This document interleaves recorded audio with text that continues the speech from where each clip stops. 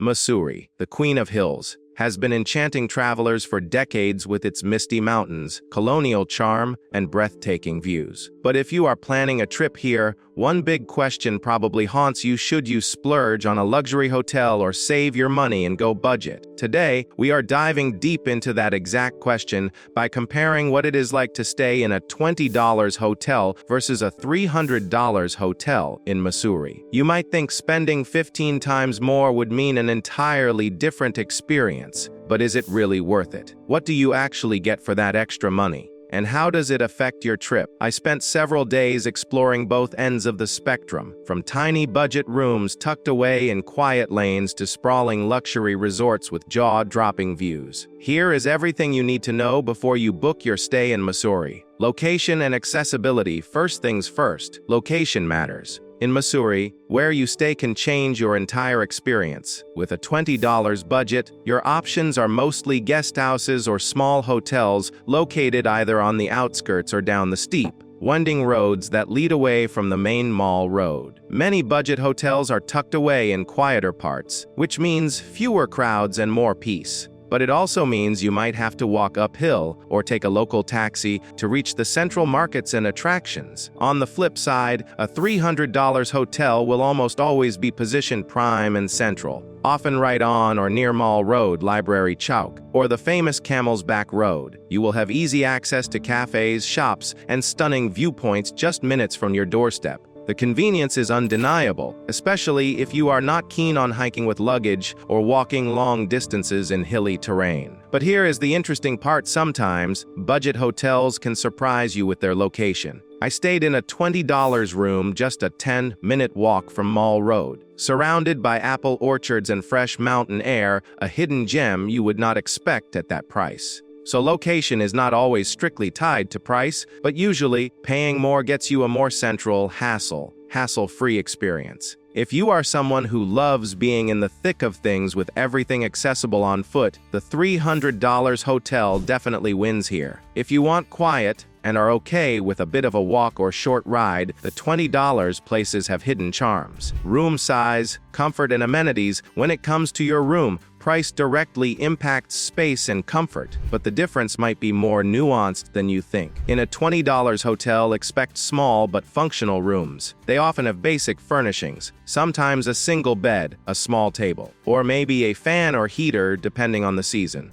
Bathrooms might be attached or shared and often have limited hot water availability. The linens might be clean but simple. Noise insulation is usually minimal, so you might hear neighbors or street sounds. Contrast this with a $300 hotel, where the rooms are spacious, thoughtfully designed, and equipped with modern comforts like plush bedding, large windows with views, flat-screen TVs, mini bars, and sometimes even balconies overlooking the hills. Bathrooms are usually en suite with Western-style fixtures, bathtubs or rain showers, and premium toiletries. Heating and air conditioning are reliable. Here is what surprised me. Some $20 hotels in Mussoorie are surprisingly clean and comfortable. The owners often take pride in maintaining the property despite budget constraints, and the warmth of the hosts adds to the experience. You might sacrifice space, luxury, or silence, but you get an authentic, homely feel. If you want absolute comfort, privacy, and little to no compromises, the $300 hotels deliver with style. If you are the kind of traveler who prefers simplicity and spends most of the day outside, the budget options will do just fine. Views and surroundings. One of Mussourie's biggest draws is its incredible views, rolling hills, valleys, and the majestic Himalayas. But do you get better views when you pay more? Luxury hotels generally boast prime, hilltop locations with panoramic views of the Dune Valley or snow-capped peaks. Imagine waking up on your balcony with morning mist swirling below and the sun casting golden light over distant mountains. Many high-end hotels also have landscaped gardens, rooftop cafes, and outdoor lounges designed to let you soak in the scenery in comfort. Budget hotels often do not come with such extravagant views. Many are nestled in quieter residential lanes, surrounded by trees or narrow streets, sometimes with only glimpses of hills between buildings. But again, exceptions exist. A few budget stays offer terrace views or nearby viewpoints within walking distance. During my stay, the 20-yalat hotel offered a cozy rooftop where you could sit with a cup of chai and watch the sunset behind pine trees. A simple pleasure but unforgettable in its own right. The 300 hotel's view was undeniably grander, but the quiet charm of a modest hilltop spot also holds value. In the end, the views at luxury hotels can be a breathtaking experience that justifies the price for many. But if you are flexible and happy to explore the town for viewpoints, budget hotels can surprise you too. Food, dining, and service experience. Food and service play a huge role in hotel experiences, and here is where the gap often widens. Most 20-a hotels do not have fancy in-house restaurants. They may offer a simple breakfast, sometimes just tea and toast or basic Indian breakfast items. You are expected to eat out or explore local eateries. Room service is rare, and staff may be limited in English or formal training. However, what budget hotels lack in sophistication, they often make up for with warm, genuine hospitality. Small family-run guest houses can feel like staying with friends who want you to experience the real Mussoorie. Luxury hotels, on the other hand, often have multiple dining options, fine dining restaurants, coffee shops, bars, and 24-hour room service. The food ranges from traditional Kumani cuisine to international favorites prepared by professional chefs. The service is polished, multilingual, and attentive. They often include complimentary breakfasts with a wide variety of options. During my stay, I tried a simple breakfast at the budget hotel, a piping hot plate of aloo paratha that tasted homemade and comforting.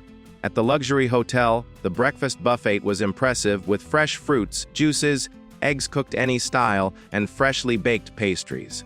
Dinner was equally special, served on a terrace with views and a selection of local wines. If food and service are your priorities, the 300 hotel experience is unbeatable. But if you love exploring local cafes and street food, the budget hotels encourage you to dive into Mussourie's culinary scene. Extras and overall experience. Finally, let us talk about those little extras that can make a stay memorable, or a simple place feel just right. At 300 hotels, expect facilities like spas, swimming pools, fitness centers, guided tours, concierge services, and maybe even shuttle buses.